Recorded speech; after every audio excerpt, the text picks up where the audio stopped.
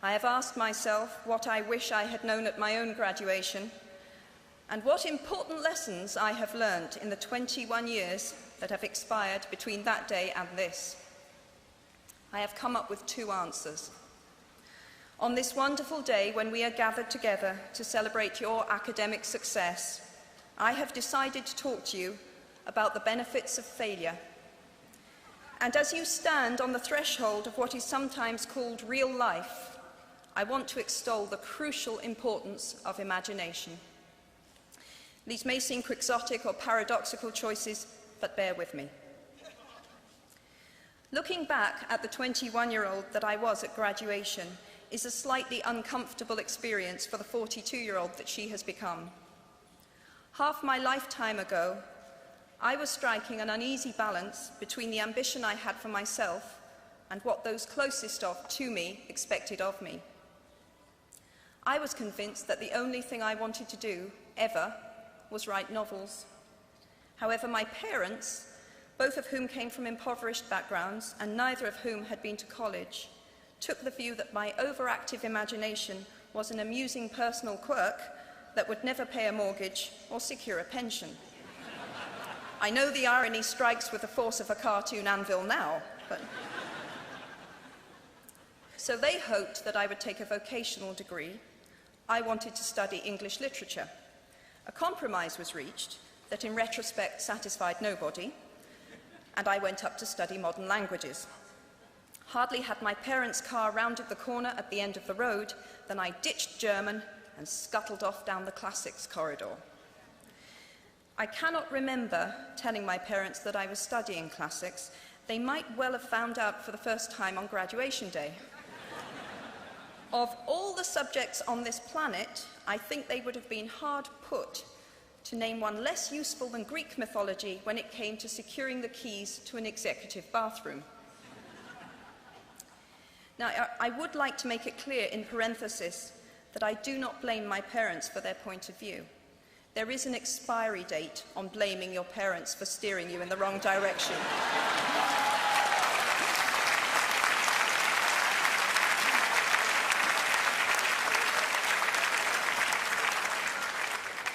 The moment you are old enough to take the wheel, responsibility lies with you. What is more, I cannot criticize my parents for hoping that I would never experience poverty. They had been poor themselves, and I have since been poor, and I quite agree with them that it is not an ennobling experience. Poverty entails fear and stress, and sometimes depression. It means 1,000 petty humiliations and hardships. Climbing out of poverty by your own efforts, that is something on which to pride yourself, but poverty itself is romanticized only by fools. What I feared most for myself at your age was not poverty, but failure. At your age, in spite of a distinct lack of motivation at university, where I had spent far too long in the coffee bar writing stories and far too little time at lectures, I had a knack for passing examinations, and that, for years, had been the measure of success in my life and that of my peers. Now, I am not dull enough to suppose that because you are young, gifted, and well-educated, you have never known heartbreak, hardship, or heartache. Talent and intelligence never yet inoculated anyone against the caprice of the fates, and I do not for a moment suppose that everyone here has enjoyed an existence of unruffled privilege and contentment. However, the fact that you are graduating from Harvard suggests that you are not very well acquainted with failure. You might be driven by a fear of failure quite as much as a desire for success. Indeed, your conception of failure might not be too far removed from the average person's idea of success. So high have you already flown. Ultimately, we all have to decide for ourselves what constitutes failure.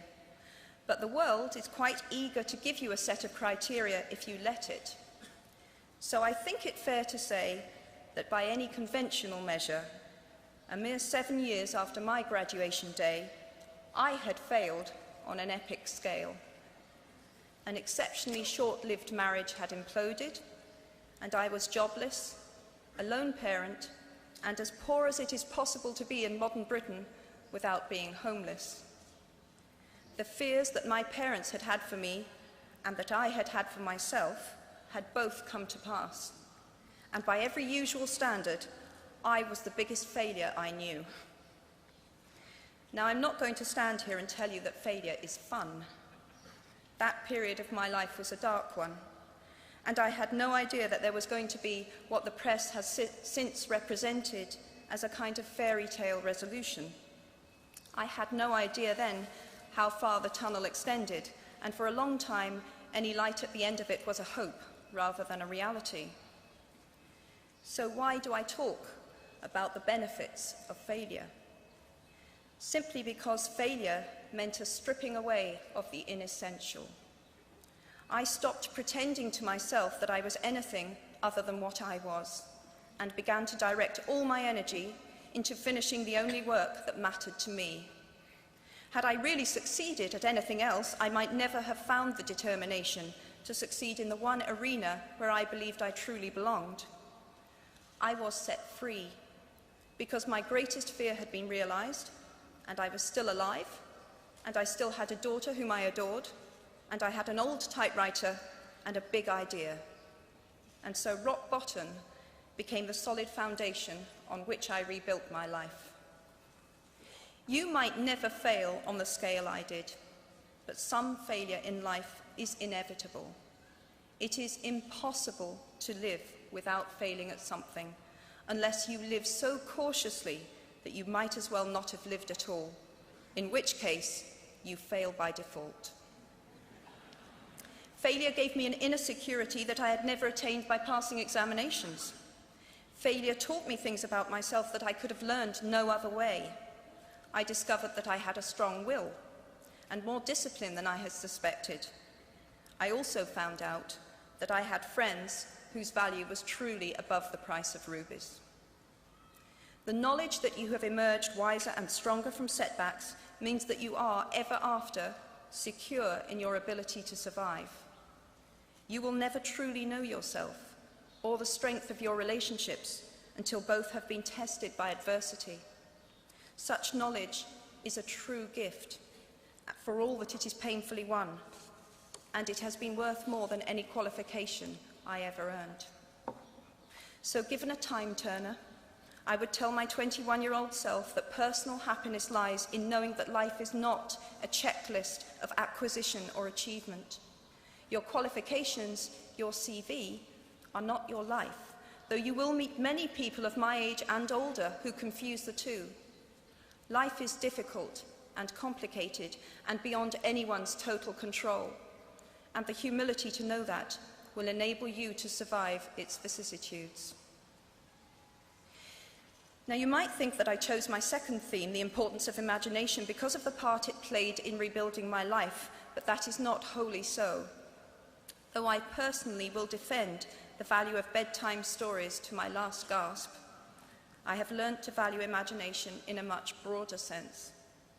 Imagination is not only the uniquely human capacity to envision that which is not, and therefore the fount of all invention and innovation. In its arguably most transformative and revelatory capacity, it is the power that enables us to empathize with humans whose experiences we have never shared. One of the greatest formative experiences of my life preceded Harry Potter, though it informed much of what I subsequently wrote in those books. This revelation came in the form of one of my earliest day jobs. Though I was sloping off to write stories during my lunch hours, I paid the rent in my early 20s by working at the African Research Department of Amnesty International's headquarters in London. There in my little office, I read hastily scribbled letters smuggled out of totalitarian regimes by men and women who were risking imprisonment to inform the outside world of what was happening to them. I saw photographs of those who had disappeared without trace, sent to Amnesty by their desperate families and friends. I read the testimony of torture victims and saw pictures of their injuries. I opened handwritten, eyewitness accounts of summary trials and executions, of kidnappings and rapes. Many of my co-workers were ex-political prisoners, people who had been displaced from their homes or fled into exile because they had the temerity to speak against their governments. Visitors to our offices included those who had come to give information or to try and find out what had happened to those they had left behind. I shall never forget the African torture victim, a young man no older than I was at the time, who had become mentally ill after all he had endured in his homeland. He trembled uncontrollably as he spoke into a video camera about the brutality inflicted upon him. He was a foot taller than I was and seemed as fragile as a child. I was given the job of escorting him back to the underground station afterwards, and this man, whose life had been shattered by cruelty, took my hand with exquisite courtesy and wished me future happiness. And as long as I live, I shall remember walking along an empty corridor and suddenly hearing, from behind a closed door, a scream of pain and horror such as I have never heard since. The door opened, and the researcher poked out her head and told me to run and make a hot drink for the young man sitting with her. She had just had to give him the news that in retaliation for his outspokenness against his country's regime, his mother had been seized and executed.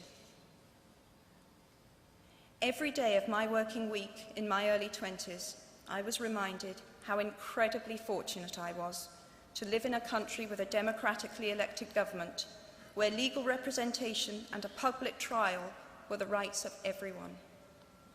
Every day, I saw more evidence about the evils humankind will inflict on their fellow humans to gain or maintain power. I began to have nightmares, literal nightmares, about some of the things I saw, heard, and read. And yet, I also learned more about human goodness at Amnesty International than I had ever known before. Amnesty mobilizes thousands of people who have never been tortured or imprisoned for their beliefs to act on behalf of those who have. The power of human empathy leading to collective action saves lives and frees prisoners. Ordinary people whose personal well-being and security are assured join together in huge numbers to save people they do not know and will never meet. My small participation in that process was one of the most humbling and inspiring experiences of my life. Unlike any other creature on this planet, human beings can learn and understand without having experienced. They can think themselves into other people's places. Of course, this is a power, like my brand of fictional magic, that is morally neutral. One might use such an ability to manipulate or control, just as much as to understand or sympathize. And many prefer not to exercise their imaginations at all. They choose to remain comfortably within the bounds of their own experience, never troubling to wonder how it would feel to have been born other than they are. They can refuse to hear screams or peer inside cages. They can close their minds and hearts to any suffering that does not touch them personally. They can refuse to know. I might be tempted to envy people who can live that way, except that I do not think they have any fewer nightmares than I do. Choosing to live in narrow spaces leads to a form of mental agoraphobia, and that brings its own terrors. I think the willfully unimaginative see more monsters. They are often more afraid. What is more, those who choose not to empathize enable real monsters, for without ever committing an act of outright evil ourselves, we collude with it through our own apathy. One of the many things I learned at the end of that classics corridor down which I ventured at the age of 18 in search of something I could not then define was this, written by the Greek author Plutarch: "What we achieve inwardly will change outer reality." That is an astonishing statement, and yet proven 1,000 times every day of our lives. It expresses, in part, our inescapable connection with the outside world, the fact that we touch other people's lives simply by existing. But how much more are you, Harvard graduates of 2008, likely to touch other people's lives? Your intelligence, your capacity for hard work, the education you have earned and received, give you unique status and unique responsibilities. Even your nationality sets you apart. The great majority of you belong to the world's only remaining superpower. The way you vote, the way you live, the way you protest, the pressure you bring to bear on your government has an impact way beyond your borders. That is your privilege and your burden. If you choose to use your status and influence to raise your voice on behalf of those who have no voice, if you choose to identify not only with the powerful but with the powerless, if you retain the ability to imagine yourself into the lives of those who do not have your advantages, then it will not only be your proud families who celebrate your existence, but thousands and millions of people whose reality you have helped change.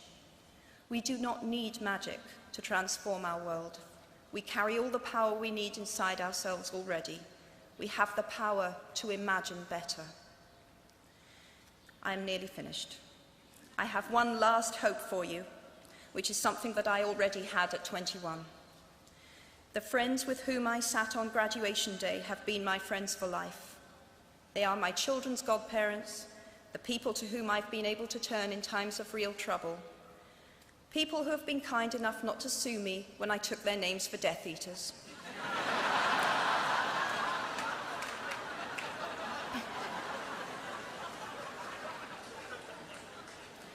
At our graduation, we were bound by enormous affection, by our shared experience of a time that could never come again, and of course, by the knowledge that we held certain photographic evidence that would be exceptionally valuable if any of us ran for Prime Minister.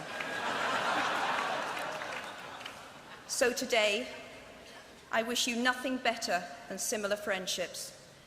And tomorrow, I hope that even if you remember not a single word of mine, you remember those of Seneca, another of those old Romans I met when I fled down the classics corridor in retreat from career ladders in search of ancient wisdom. As is a tale, so is life. Not how long it is, but how good it is what matters. I wish you all very good lives. Thank you very much.